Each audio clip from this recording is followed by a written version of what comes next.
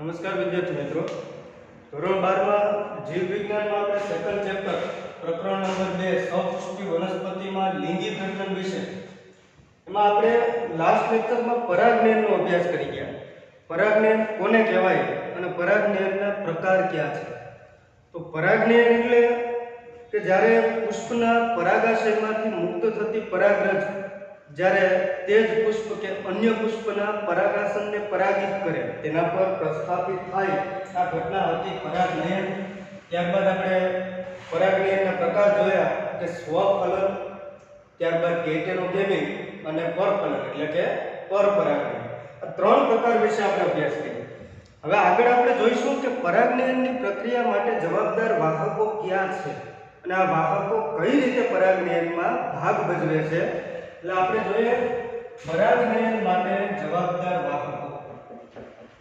પરાગનયનની ક્રિયા માટે જવાબદાર વાહકો તો મુખ્ય અહીંયા બે પ્રકારના વાહકો જવાબદાર છે.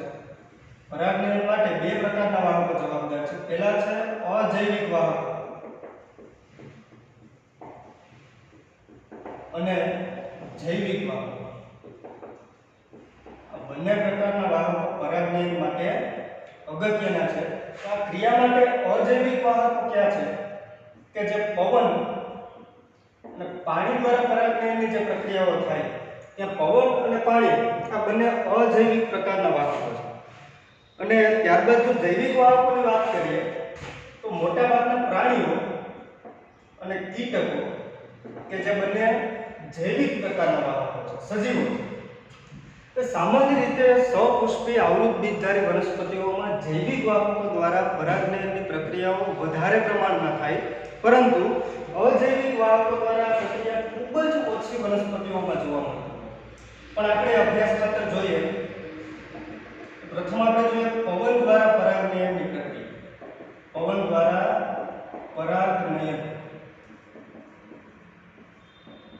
હવે પવન દ્વારા પરાગનયનને એનિમોફિલી તરીકે ઓળખી શકાય. તેને આપણે એનિમોફિલી કહીએ.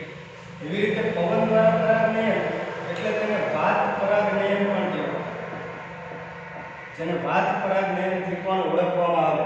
હવે જે વનસ્પતિઓમાં પવન દ્વારા પરાગનયન થાય, જે વનસ્પતિઓ વાત પરાગનયનની પ્રક્રિયાઓ દર્શાવે તેવી વનસ્પતિઓને વાત પરાગિત વનસ્પતિઓ કહેવાય. આ વનસ્પતિઓને આપણે આપણા અભ્યાસની સરળતા માટે વાત પરાગિત વનસ્પતિઓથી ઓળખીએ. હવે આ પ્રકારની જે વનસ્પતિઓ છે કે જ્યાં પવન દ્વારા પરાગનયનની પ્રક્રિયાઓ થતી હોય તો એના માટે કેટલાક અનુકૂલનો તેમની અંદર આવેલા હોય. એટલે સૌપ્રથમ તો આપણે તેમના બધા ભાગોની ચર્ચા કરીએ. આ પ્રકારની વનસ્પતિઓના પુષ્પો સામાન્ય રીતે એકલિંગી હોય છે. સામાન્ય રીતે તેમના પુષ્પો એકલિંગી હોય એટલે કે વનસ્પતિની અંદર નર પુષ્પો હોય અથવા કેટલીક વનસ્પતિઓ માદા પુષ્પ ધરાવતી હોય તો કેટલીક એકસદની વનસ્પતિ હોય કે જ્યાં તેમની ઉપરના ભાગમાં નર પુષ્પો છે પરંતુ વનસ્પતિના નીચેના ભાગોની અંદર માદા પુષ્પો જોવા મળે. પરંતુ વનસ્પતિના બધા જ પુષ્પો એકલિંગી હોવા અનિવાર્ય છે. હવે જો કે આ પુષ્પો કે જે એકલિંગી પ્રકારના છે તેમના પણ ખાસ પ્રકારના અનુકૂલનો કે જ્યાં પરાગરજ કંઈક વિશિષ્ટ પ્રકારની હોય તો પુષ્પોની પરાગરજ નર પુષ્પમાં પુંકેસરમાંથી મુક્ત થતી પરાગરજ સામાન્ય રીતે કદમાં નાની હોય. તેમનું કદ નાનું હોય છે, તેમના વજનમાં તે હલકી હોય છે કારણ કે તે શુષ્ક છે. આ પરાગરજ શુષ્ક હોય છે એટલે કે ચિકાસ રહિત છે. ચિકાસ રહિત પ્રકારની લીસી પરાગરજ. હવે આવી પરાગરજ રહેવાનું કારણ છે કારણ કે તેમને કોઈ જૈવિક વાહકોની જરૂરિયાત હોતી નથી. અજૈવિક વાહકો દ્વારા જ તેમનું પરાગનયન પવન દ્વારા થતું હોવાથી આ પરાગરજની કોઈ ખાસ વિશેષતાઓ જોવા મળતી નથી. નાના કદની હલકી અને શુષ્ક એવી લીસી પરાગરજ જોવા મળતી હોય કે જેથી પવન દ્વારા સરળતાથી તેનું પરાગનયન થઈ શકે. પવન દ્વારા સરળતાથી તે પવનના પ્રવાહ સાથે વિતરણ થઈ શકે. આ ઉપરાંત પરાગરજની સંખ્યાની વાત કરીએ તો પરાગરજની સંખ્યા ઘણી વધારે હોય. પરાગરજ પરાગાશયમાંથી ઘણી મોટી સંખ્યામાં મુક્ત થાય. એનું કારણ એવું છે કે અહીંયા પવન દ્વારા પરાગનયનની પ્રક્રિયાઓ થતી હોય તો એવું જરૂરી નથી કે ઓછી સંખ્યામાં પણ જો પરાગરજ હોય કે તે પરાગાસન સુધી ચોક્કસ પહોંચી જ જાય. પરાગાસન સુધી એને પહોંચવા માટે અનિશ્ચિતતાઓ સર્જાય છે, અચોક્કસતા હોય. પરિણામે જો પરાગરજની સંખ્યા વધારે હોય તો એમાંથી કેટલીક પરાગરજ પરાગાસન સુધી પહોંચવામાં સફળ બની શકે.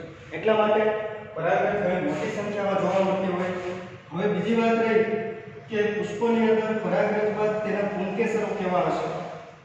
પુંકેસરોમાં પણ વાત કરીએ તેનું પરાગાશય, પુંકેસરમાં આવેલું પરાગાશય કે જેનું વિશિષ્ટ અનુકૂલન એવું હશે કે પરાગાશયના પદ ભલે નાના હોય પરંતુ તે ખુલ્લા હોય છે. પરાગાશય ખુલ્લા અથવા તો મુક્ત સ્વરૂપના હોય કે જે સરળતાથી તેમની સ્ફોટન ધરીઓના ભાગેથી મુક્ત થઈ ગયેલા હોય, જેના પરિણામે તેમાંની બધી જ પરાગરજ મુક્ત થઈ શકે. તેમાંથી લગભગ બધી પરાગરજ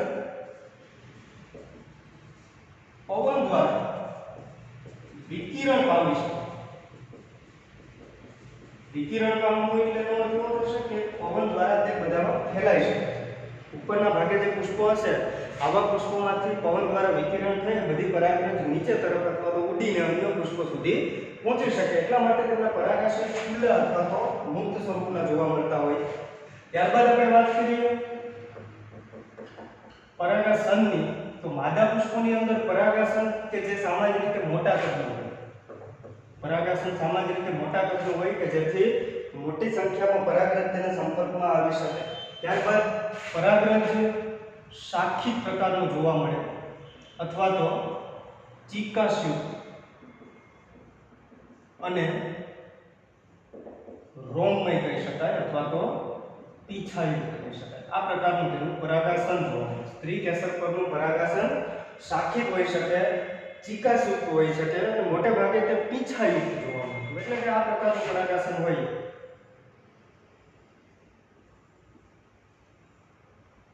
કે જેના પરિણામે તે આપણને પીછાયુક્ત પ્રકારનું મળે.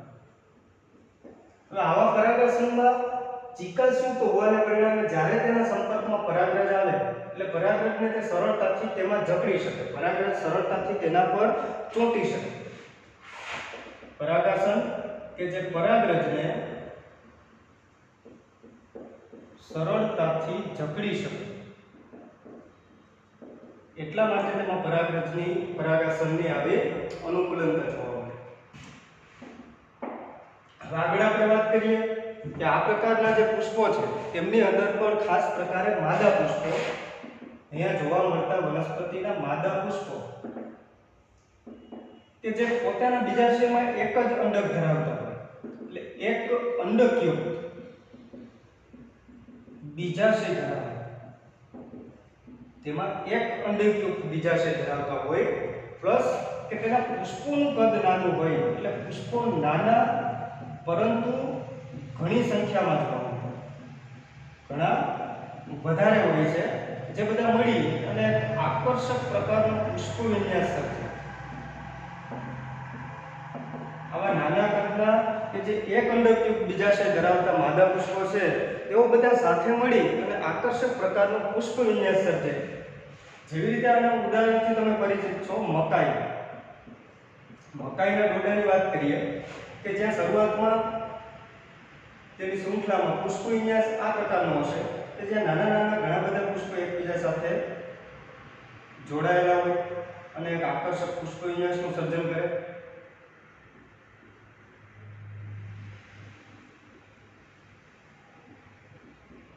અને આ બધા માદા પુષ્પો જ્યારે પરાગિત થાય એટલે કે તેનું પરાગનયનની પ્રક્રિયાઓ પૂર્ણ થાય, ફલન થવાને પરિણામે જ્યારે તેમાં બીજનું સર્જન થતું હોય ત્યારે દરેક પુષ્પની અંદર એક જ અંડક હોવાથી એક જ બીજનું સર્જન કરે અને આ બધા બીજ કે જે પુષ્પોમાંથી સર્જન પામે છે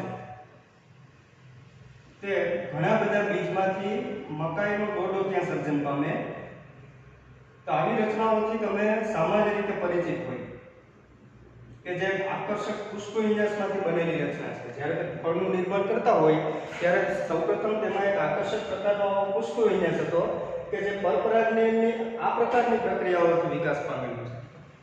હવે આપણે આગળની વાત કરીએ કે પવન દ્વારા જે પરાગનયનની પ્રક્રિયાઓ થતી હોય ત્યાં પરાગની રજની સંખ્યા ખૂબ જ વધારે જોવા મળે, પરંતુ પુષ્પો ખાસ પ્રકારના કોઈ આકર્ષક હોતા નથી. પુષ્પો કોઈ વિશિષ્ટ પ્રકારનો રંગ, આકાર, સુગંધ કે મધુદ્રવ્યયુક્ત હોતા નથી, કારણ કે અહીંયા પરાગનયન અજૈવિક પરિબળથી થાય છે. તેના માટે આ બધા પ્રલોભનો કોઈ ઉપયોગમાં આવતા નથી. એટલા માટે પુષ્પો અહીંયા વિશિષ્ટ પ્રકારના અનુકૂલનોમાં પણ રંગ, આકાર કે સુગંધ કે કોઈ મધુદ્રવ્યની તેમને કોઈ જરૂરિયાત હોતી નથી. હવે આગળ આપણે જોઈએ પવન જેવી બીજું અજૈવિક પરિબળ તરીકે પાણી દ્વારા પરાગનયનની જે પ્રક્રિયાઓ છે, તો પાણી દ્વારા પરાગનયનની પ્રક્રિયા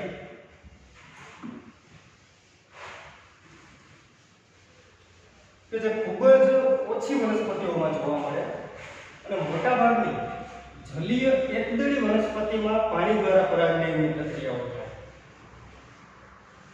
પણ આપણે જોઈએ એને કે પાણી દ્વારા પરાગનયનની પ્રક્રિયા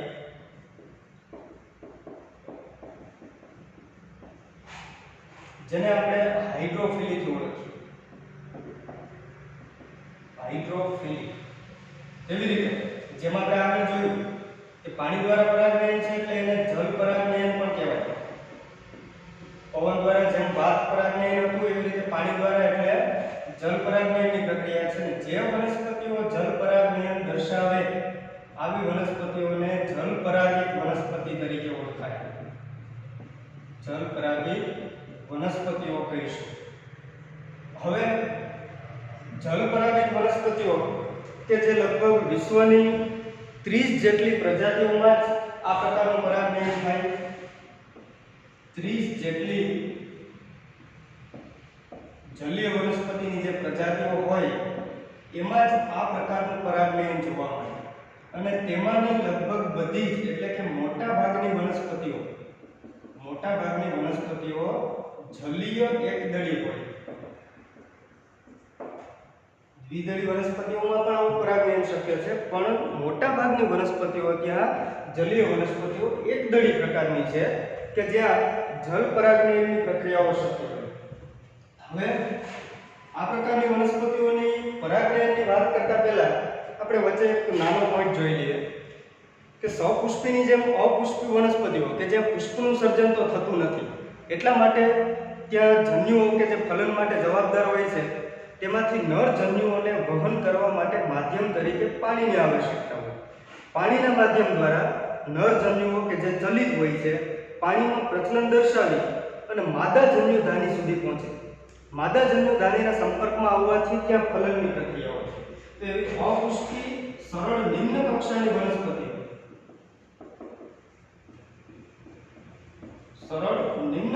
વનસ્પતિઓ એટલે કે એકાંગી, દ્વિઅંગી વનસ્પતિ અને ત્રિઅંગી વનસ્પતિની આપણે વાત કરીએ. આવી વનસ્પતિઓમાં નરજન્યુ પાણીના માધ્યમ દ્વારા, પાણીના વાહક માધ્યમ દ્વારા માદા જન્યુધાની સુધી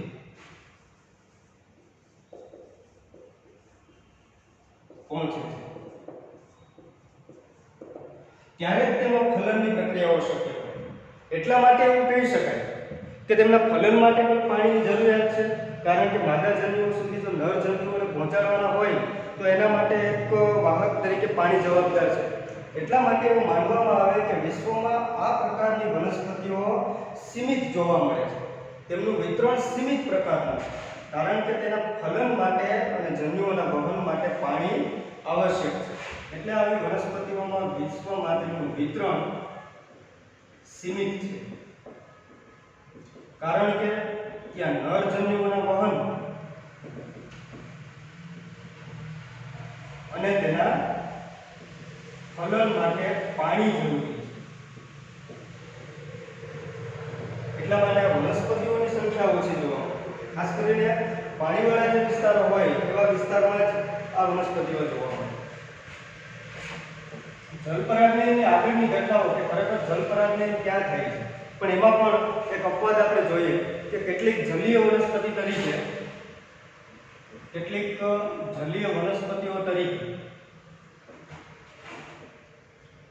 જલીય લીલી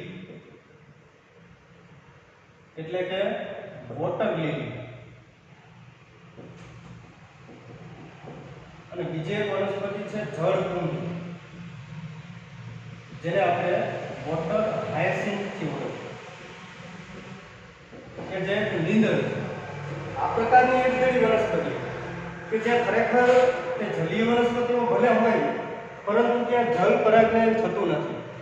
આવી વનસ્પતિઓ સામાન્ય રીતે નિમજ્જિત પ્રકારની છે અને નિમજ્જિત વનસ્પતિઓ આ પ્રકારની એવી વનસ્પતિઓ છે કે જ્યાં તેમનો મોટા ભાગનો વિસ્તાર પાણીમાં હોય પરંતુ તેમના પુષ્પો પાણીની સપાટીની બહાર તરફ રહેતા હોય કે જેના પરિણામે ત્યાં પરાગનયન પાણી દ્વારા શક્ય નથી, પરંતુ તેનું પરાગનયન સામાન્ય સ્થળજ વનસ્પતિઓની રીતે એટલે કે પવન દ્વારા કે કેટલાક જૈવિક વાહકો તરીકે કીટકોની મદદથી થતું હોય છે. આ વનસ્પતિનો મોટા ભાગનો વિસ્તાર પાણીની અંદર હોય પરંતુ ખાસ કરીને તેના પુષ્પો કે જે પાણીની સપાટીથી બહાર તરફ જોવા મળતા હોય તેના પરિણામે તેમાં પરાગનયન પાણી દ્વારા શક્ય નથી.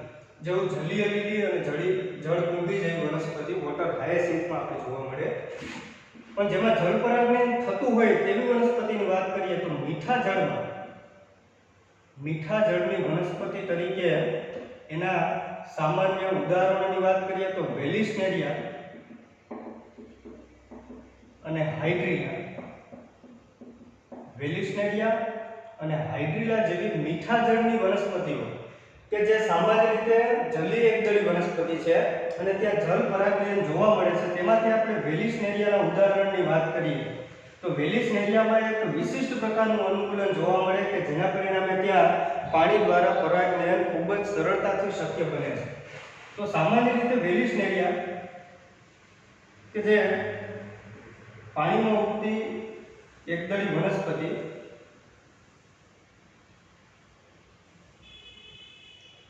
પરંતુ આ વનસ્પતિની ખાસિયત એવી છે કે તેના નર પુષ્પો સામાન્ય રીતે પાણીની સપાટી સાથે જોડાયેલા હોય.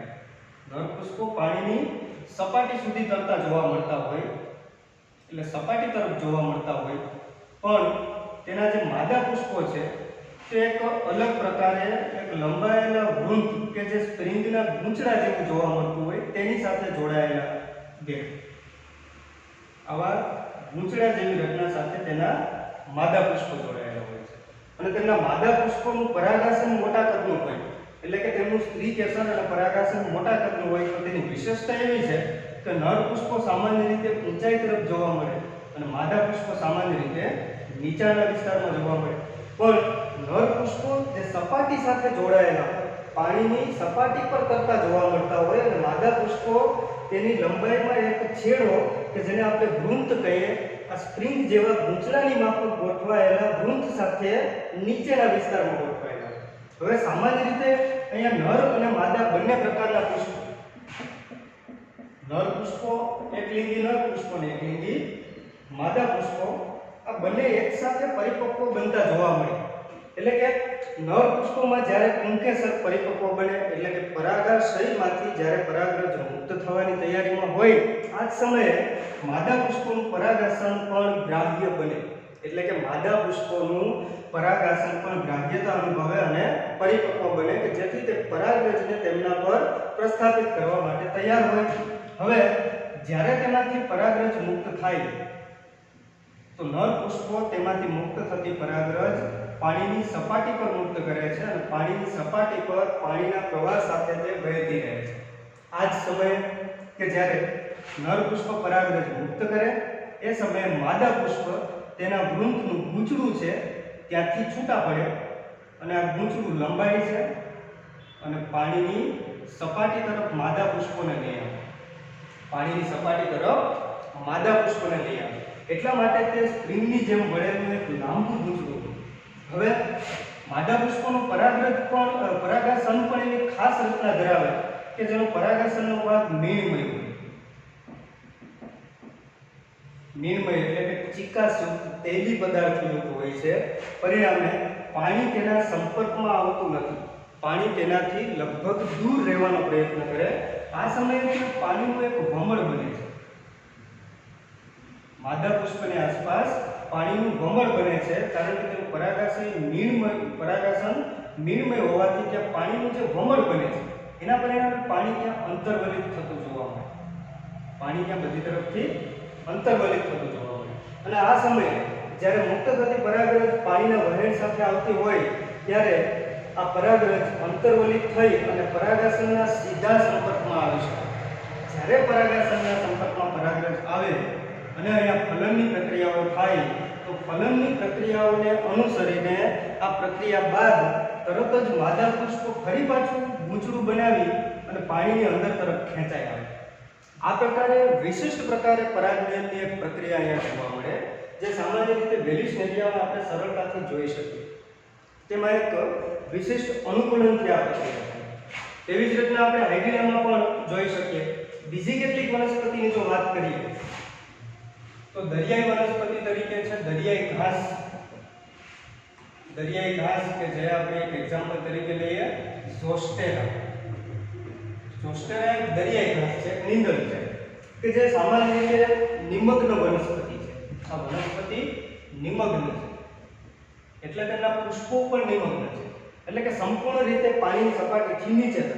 પાણીમાં સંપૂર્ણ રીતે આ વનસ્પતિ ડૂબેલી હોય, જેને નિમગ્ન વનસ્પતિ તરીકે ઓળખીએ. તો આ પ્રકારની વનસ્પતિમાં અહીંયા જે વેલિસ્નેરિયામાં જોવા મળતા એવા તો કોઈ અનુકૂલનોની શક્યતાઓ નથી, પણ વનસ્પતિ જો સંપૂર્ણ પાણીમાં ડૂબેલી હોય તો એમાંથી પુષ્પોમાંથી મુક્ત થતી પરાગરજ કે જે સીધી પાણીના સંપર્કમાં પાણીમાં ડૂબેલી રહે છે અને ત્યારબાદ તે માદા પુષ્પોના સંપર્કમાં આવશે. એટલે માદા પુષ્પોના સંપર્કમાં આવવા માટે તેમની પરાગરજની વિશેષતા એવી હોય કે ત્યાં પુષ્પોની પરાગરજ સામાન્ય રીતે કદમાં થોડી મોટી હોય છે, પટ્ટીમય પ્રકારની હોય છે કે જેથી આ પરાગરજ સરળતાથી પાણીમાં તરી અને નીચે તરફ આવી શકે. હવે આવી પરાગરજ ઘણી બધી સંખ્યામાં હોય, પરંતુ તેમાંથી કેટલીક પરાગરજ માદા પુષ્પના પરાગાસન સુધી પહોંચવામાં સફળ બનશે. પરિણામે તે પરાગનયનની પ્રક્રિયા શક્ય બને. હવે કેટલીક વનસ્પતિ એટલે કે મોટાભાગની જો જલીય વનસ્પતિ કે જ્યાં પરાગરજ એ સામાન્ય રીતે પાણીથી એટલે કે ભેજથી રક્ષણ મેળવવા માટે પણ અનુકૂલન ધરાવતી હોય. મોટાભાગની જલીય એકતરી વનસ્પતિમાં પરાગરજ ભેજથી રક્ષણ માટે શ્લેષ્મથી આવરી હોય, એટલે કે બીજી રીતે આપણે કહીએ તો મ્યુસિલેજથી આવરી હોય. શ્લેષ્મ કે મ્યુસિલેજથી આવૃત હોય છે કે પરિણામે પાણીથી કે ભેજથી એને લાંબા સમય સુધી કોઈ નુકસાન થતું નથી. આ હતું પાણી દ્વારા પરાગનયન. હવે આપણે પવન અને પાણી આ બંને અજૈવિક વાહકો દ્વારા પરાગનયનની પ્રક્રિયા જોઈ તો એમાં કેટલીક અલગ પ્રકારની એક વસ્તુ આપણે જોવી પડે કે અહીંયા પરાગરજની સંખ્યા એ જૈવિક વાહકો દ્વારા થતા પરાગનયન કરતાં વધારે સંખ્યામાં છે અને એની સંખ્યા વધારે રહેવાનું કારણ એવું હતું કે પાણી અને પવન બંને દ્વારા થતું પરાગનયન કે જ્યાં પરાગરજના વ્યયની શક્યતાઓ મોટી સંખ્યામાં હોય. પરિણામે ત્યાં પરાગનયનની પ્રક્રિયાઓમાં પરાગરજ મોટી સંખ્યામાં મુક્ત કરવામાં આવતી. એટલે પાણી અને પવન દ્વારા થતા પરાગનયન ત્યાં પરાગરજની સંખ્યા મોટી હોય. બીજી વસ્તુ કે નિર્માણ પામતા પુષ્પો કોઈ ખાસ પ્રકારનું મધુદ્રવ્ય કે સુગંધ ધરાવતા નથી, કારણ કે અજૈવિક પરિબળોને આકર્ષણ માટેની કોઈ જરૂરિયાત હોતી નથી, એટલે એવા પ્રલોભનો તેમની અંદર જોવા મળતા નથી. હવે આગળ આપણે વાત કરીએ કે સૌથી વધારે જોવા મળતું પરાગનયન પ્રાણીઓ અને કીટકો દ્વારા થતું પરાગનયન એટલે કે જૈવિક વાહકો દ્વારા થતા પરાગનયનની આગળ આપણે ચર્ચા કરીએ. તો સામાન્ય રીતે જૈવિક પરાગનયન કે જે મોટે ભાગે કીટકો દ્વારા વધારે શક્ય બને, પરંતુ કેટલાક પ્રાણીઓ પણ છે કે જે પરાગનયનમાં આડકતરી રીતે કોઈ અલગ રીતે ભાગ ભજવે છે. એટલે આપણે વાત કરીએ પ્રાણી દ્વારા પરાગનયનની પ્રક્રિયા.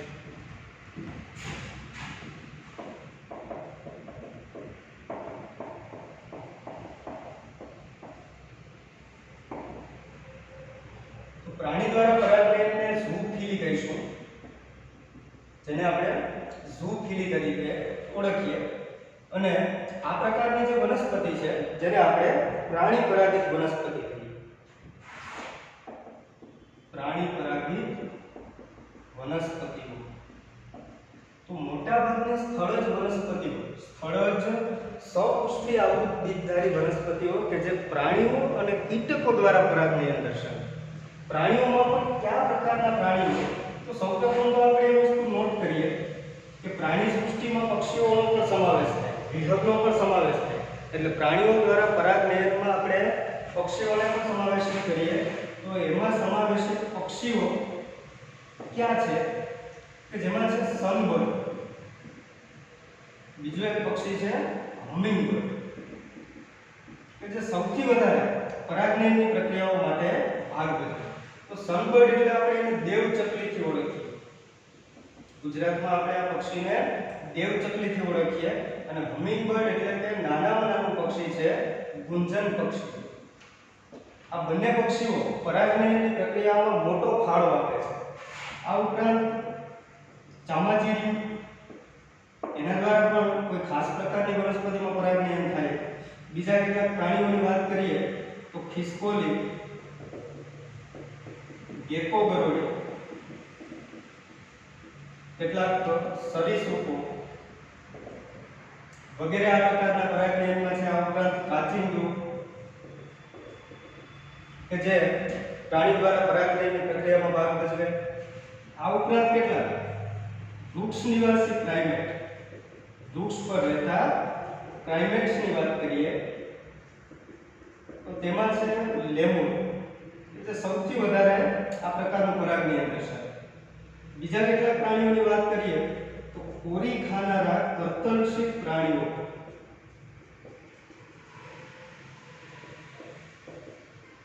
કોરી ખાનારા કર્તનશીલ પ્રાણીઓ કે જેમની હરકતોને પરિણામે આવું પરાગનયન શક્ય બને.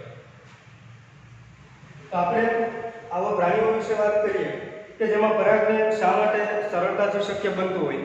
કે જે પ્રાણી પોતાના ખોરાક તરીકે વૃક્ષોના પર્ણનો ઉપયોગ કરતા હોય અથવા પાંદડાનો ઉપયોગ કરતા હોય અથવા તો વૃક્ષોના ફળ ખાવાનો ઉપયોગ કરતા હોય, આવા સમયે વૃક્ષોની હલચલને પરિણામે પુષ્પની પરાગરજ મુક્ત થઈ અને પ્રાણીઓના સંપર્કમાં આવે. અને આ પરાગરજ સામાન્ય રીતે ચિકાસયુક્ત હોય કે કંટકયુક્ત હોવાથી સરળતાથી પ્રાણીના દેહના સંપર્કમાં આવી જાય છે. અને આ પ્રાણી જ્યારે માદા પુષ્પોના સંપર્કમાં આવશે ત્યારે આ પરાગરજ માદા પુષ્પના પરાગાસન પર પ્રસ્થાપિત થઈ શકે. એટલા માટે આ પરાગરજ એમના દ્વારા પરાગનયન શક્ય બને. હવે જો એની આગળ વાત કરીએ આપણે તો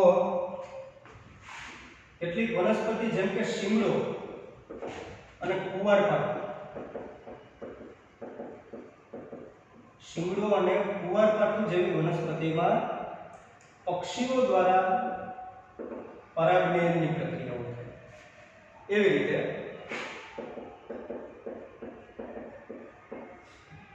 બીજી એક વનસ્પતિની વાત કરીએ કાઇઝેલિયા,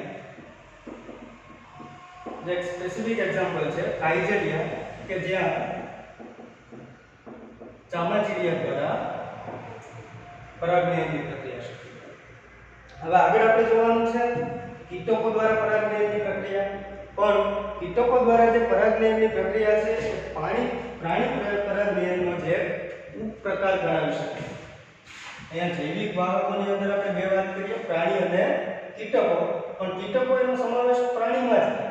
એટલા માટે કીટકો દ્વારા પરાગનયનની પ્રક્રિયા એ પ્રાણી દ્વારા પરાગનયનનો એક ઉપપ્રકાર ગણાવી શકીએ. એને એક આપણે પેટા પ્રકાર તરીકે ગણીએ.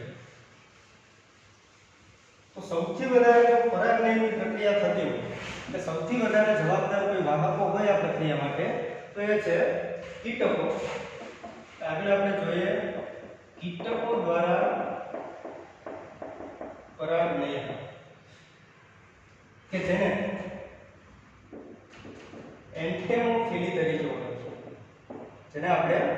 એન્ટેમોફિલી તરીકે ઓળખીએ.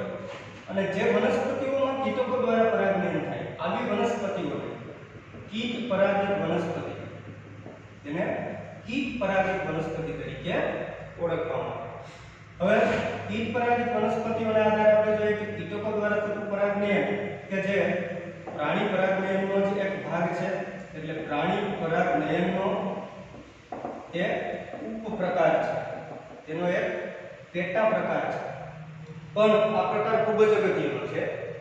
હવે કીટકો દ્વારા થતા પરાગનયનમાં કયા પ્રકારના કીટકો તેમાં ભાગ ભજવે છે તેની એક યાદી બનાવી આપણે, કે જેમાં સૌથી વધારે પ્રભાવી વાહક તરીકે છે મધમાખી, ત્યારબાદ સામાન્ય ઘરમાખી કે ફળમાખી, પતંગિયું, ફુદાઓ, કીડી, રેશમના કીડા, ભમરીઓ, ત્યારબાદ ભૃંગ કીટકો. ભૃંગ કીટકો એટલે ભમરાઓની વાત કરીએ આપણે. આ બધા પ્રાણીઓ છે. આ ઉપરાંત વંદો, આ બધા કીટકો કે જે સામાન્ય રીતે કીટ પરાગનયન માટે અગત્યના છે. તેમાં જો પ્રભાવી વાહકની વાત કરીએ તો મધમાખી કે જે કીટ પરાગનયન માટે એક પ્રભાવી વાહક છે, કારણ કે તે અનેક જાતિના પુષ્પોનો રસ એકત્રિત કરે અને તેના માટે તે ઘણી બધી વનસ્પતિઓની આસપાસ તેના સંપર્કમાં આવતી હોય. પરિણામે સૌથી વધારે જો પરાગનયનની પ્રક્રિયા માટે જવાબદાર કોઈ કીટક હોય તો તે છે મધમાખી. હવે આપણે જોઈએ કીટ પરાગનયન માટે કીટકોને આકર્ષિત કરવા માટે વનસ્પતિના પુષ્પો વિશિષ્ટ પ્રકારના અનુકૂલનો ધરાવે છે. વિશિષ્ટ પ્રકારના અનુકૂલનો ધરાવતા કઈ બાબતો માટે? કીટકોને પુષ્પો તરફ પોતાના તરફ આકર્ષિત કરવા માટે વનસ્પતિઓ પાસે વિશિષ્ટ પ્રકારના અનુકૂલનો જોવા મળતા હોય. એટલે એમના પુષ્પોના ખાસ અનુકૂલનો એવા છે કે જો સામાન્ય રીતે પુષ્પો જ્યારે મોટા કદના હોય ત્યારે આ પુષ્પો વિશિષ્ટ પ્રકારનો સુંદર આકાર ધરાવતા હોય, સુગંધ ધરાવતા હોય, મધુદ્રવ્ય ધરાવતા હોય, ત્યારબાદ ખાદ્ય પરાગરજ પણ ધરાવતા હોય. કેટલીક વનસ્પતિઓની પરાગરજ ખાવાલાયક હોય કે જે આપણે ખાદ્ય પરાગરજ તરીકે ઓળખીએ. આ બધામાં વિશિષ્ટ લક્ષણો જોવા મળતા હોય. તો ક્યારેક એવું પણ બને કે જો પુષ્પો નાના કદના હોય તો આકર્ષક પ્રકારનો પુષ્પ વિન્યાસ સર્જે છે. આકર્ષક પ્રકારનો પુષ્પ વિન્યાસનું સર્જન થાય, કારણ કે આવા પુષ્પો નાના છે પરંતુ તેની સંખ્યા મોટી હોય. એટલે આ બધા નાના પુષ્પો મોટી સંખ્યામાં એકત્રિત થઈ અને એક આકર્ષક પુષ્પ વિન્યાસ સર્જે કે જે કીટકો માટે ધ્યાનાકર્ષક બને. પરિણામે કીટકો તેમના તરફ આકર્ષાય અને તેમના સંપર્કમાં આવવા માટે પ્રેરાય છે. બીજી કેટલીક આપણે વાત કરીએ કે પુષ્પો પણ કીટકો માટે ફાયદાકારક વસ્તુ છે. કીટકોને તેમના તરફથી કેટલાક પુરસ્કાર મળતા હોય. એટલે કે પુષ્પો દ્વારા પ્રાણીઓ કે કીટકો બંને માટેની વાત કરીએ, પુષ્પો દ્વારા પ્રાણીઓ કે કીટકોની મુલાકાત નિશ્ચિત કરવામાં આવતી હોય અને બદલામાં તેને પુરસ્કાર પણ આપવામાં આવે છે. આવા અનુકૂલિત પુષ્પો દ્વારા પ્રાણીઓ કે કીટકોને મુલાકાત નિશ્ચિત કરવામાં આવે.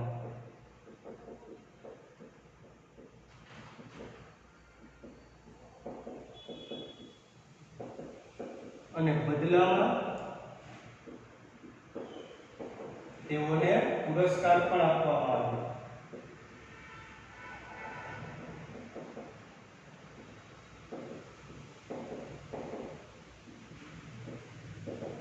તો આ પુરસ્કાર એટલે કે તેમના જે રિવોર્ડ છે કયા પ્રકારના હોય તો કીટકોને મળતા પુરસ્કાર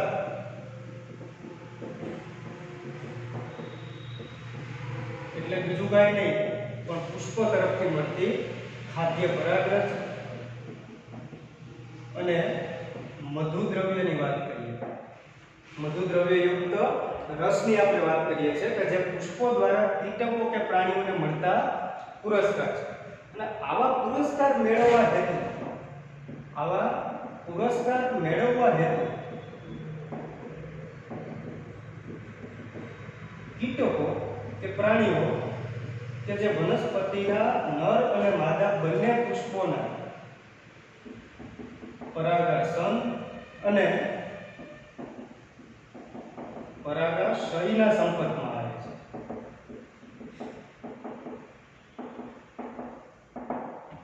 એટલે અહીંયા જે કીટકોને પુરસ્કાર મળે છે, કીટકોને આદ્ય પરાગરજ પુષ્પો તરફથી મળી શકે, કીટકોને મધુદ્રવ્ય પુષ્પો તરફથી મળી શકે, પણ આ બધું તો એને વળતા બદલામાં આપવામાં આવતું હોય. સામાન્ય રીતે પુષ્પો શું કરી આપે કે કીટકોને એકબીજાના સંપર્કમાં લાવે છે, તેમની મુલાકાત નિશ્ચિત કરે છે, કે પરિણામે કીટકો એકબીજાના સંપર્કમાં આવવાથી પ્રજનન અર્થે જોડાય છે. આ ઉપરાંત તેને વધારાના બદલામાં એવું મળે છે કે પુષ્પો જે પરાગરજ ઉત્પન્ન કરે છે તેમાંની કેટલીક પરાગરજ ખાદ્ય પણ હોય, તેમના તરફથી કાંઈક મધુદ્રવ્ય મળતું હોય. આ દરેક વસ્તુ કીટકોના ફાયદા માટે છે. અને આવા પુરસ્કાર મેળવવા માટે કીટકો પુષ્પોના પરાગાસન અને પરાગાશયના સંપર્કમાં આવશે. હવે અહીંયા ફાયદો થાય છે પુષ્પો માટે, એટલે પરિણામે કીટકો દ્વારા પરાગનયન સરળ બને, પરાગનયન શક્ય બને છે. હવે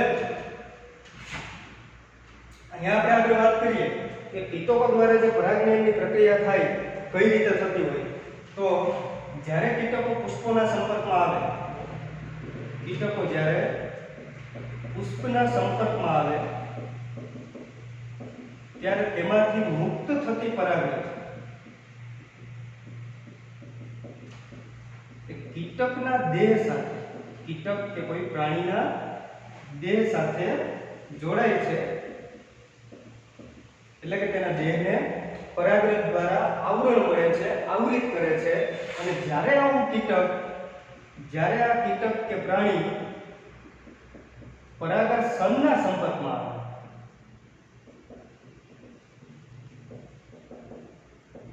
ત્યારે આ કીટકના દેહ પરની પરાગરજ પરાગાશનના સંપર્કમાં આવી જાય છે, કે જેથી ત્યાં પરાગનયનની પ્રક્રિયા શક્ય બને. પરાગનયનની પ્રક્રિયા શક્ય બને. હવે વાત એવી છે કે અહીંયા પરાગરજની સંખ્યા વધારેની જરૂરિયાત નથી. અગાઉ આપણે જે અજૈવિક વાહકોમાં વાત કરી ગયા કે જ્યાં પરાગનયન માટે પરાગરજ મોટી સંખ્યામાં હોવી જરૂરી છે, અહીંયા એવું કોઈ લક્ષણ જરૂરી નથી. કારણ કે જ્યારે કીટક પુષ્પો પર બેસે છે આ જ સમયે તેના દેહ સાથે પરાગરજ તૂટી જાય છે, અને આ કીટક જ્યારે તેના પરથી અન્ય પુષ્પ કે તે જ પુષ્પના પરાગાશનના સંપર્કમાં આવી જાય એટલે પરાગનયનની પ્રક્રિયા પૂરી થાય. એટલા માટે આપણે જોઈએ કે પરાગરજ કયા પ્રકારની હોય. તો પરાગરજ સામાન્ય રીતે નાના કદની હોય, ઓછી સંખ્યામાં હોય. પરાગરજ સામાન્ય રીતે ઓછી સંખ્યામાં હોય. અને બીજી વાત કે પરાગરજ કંટકયુક્ત કે ચિકાસયુક્ત હોય છે. કંટકયુક્ત કે ચિકાસયુક્ત પરાગરજ હોય કે જેથી તે સરળતાથી કીટકોના દેહ સાથે ચોંટી જઈ શકે, કીટકોના દેહ સાથે તે જકડાઈ શકે. હવે કેટલાક વિશેષ ઉદાહરણો જોઈએ કે કેટલાક પુષ્પો અલગ પ્રકારની દુર્ગંધ ફેલાવે, કોઈ વિશિષ્ટ પ્રકારની દુર્ગંધ સર્જે છે કે જેના પરિણામે માખીઓ અને ભમરા જેવા કીટકો, માખીઓ અને ભમરાઓ તેમના તરફ આકર્ષાય છે. ભલે તે દુર્ગંધ હોય પરંતુ માખીઓ અને ભમરાઓને તેમના તરફ આકર્ષે છે અને પરાગનયનમાં સરળતા પેદા. એવી રીતે કેટલાક આપણે આંતર સંબંધોની જો વાત કરીએ, કેટલાક કીટકો એવા પણ છે કે જે પુષ્પો સાથે તેના સંપર્કમાં રહે અને પુષ્પોનું પરાગનયન પ્રેરે. બદલામાં પુષ્પ દ્વારા તેમને કેટલાક યોગ્ય પુરસ્કાર આપવામાં આવતા હોય અને બંનેનું જીવન ચક્ર એકબીજા વગર પૂર્ણ થતું નથી. તેમને એકબીજા વચ્ચેનું સહજીવન અથવા તો આંતર સંબંધ કહી શકીએ આપણે. તો એવા કેટલાક આંતર સંબંધોની વાત કરીએ, પુષ્પો અને કીટકો વચ્ચેના આંતર સંબંધો. તો એનું એક ઉદાહરણ છે માખી અને સુરણના પુષ્પો વચ્ચે. માખી અને સુરણના પુષ્પ સાથે એવું થશે કે સુરણનું પુષ્પ કે જે સામાન્ય રીતે મોટા કદનું હોય છે અને અંદાજિત 6 ફૂટ જેટલી એની ઊંચાઈ હોય છે, સુરણનું પુષ્પ કે જે સામાન્ય રીતે 6 ફૂટ ઊંચું જોવા મળે. અને આ પુષ્પના પુષ્પાસનની વાત કરીએ તો એના પુષ્પાસન પર સામાન્ય રીતે માખી ઈંડા મૂકે છે. ઘણી બધી માખીઓ તેમના પુષ્પાસન પર ઈંડા મૂકે છે અને તેમના ઈંડા માટેનું અહીંયા એક સલામત સ્થળ પૂરું પાડવામાં આવે છે. સુરણના પુષ્પ દ્વારા માખીઓના ઈંડા મૂકવા માટેનું એક સલામત સ્થળ પૂરું પાડે છે. એટલે માખીઓને ઈંડા મૂકવા માટે સુરણના પુષ્પનું પુષ્પાસન સલામત સ્થળ પૂરું પાડે અને બદલામાં માખીઓ દ્વારા આ પુષ્પમાં પરાગનયનની પ્રક્રિયાઓ પણ થાય છે. એટલે બંને માટે આ પ્રક્રિયા ફાયદાકારક છે.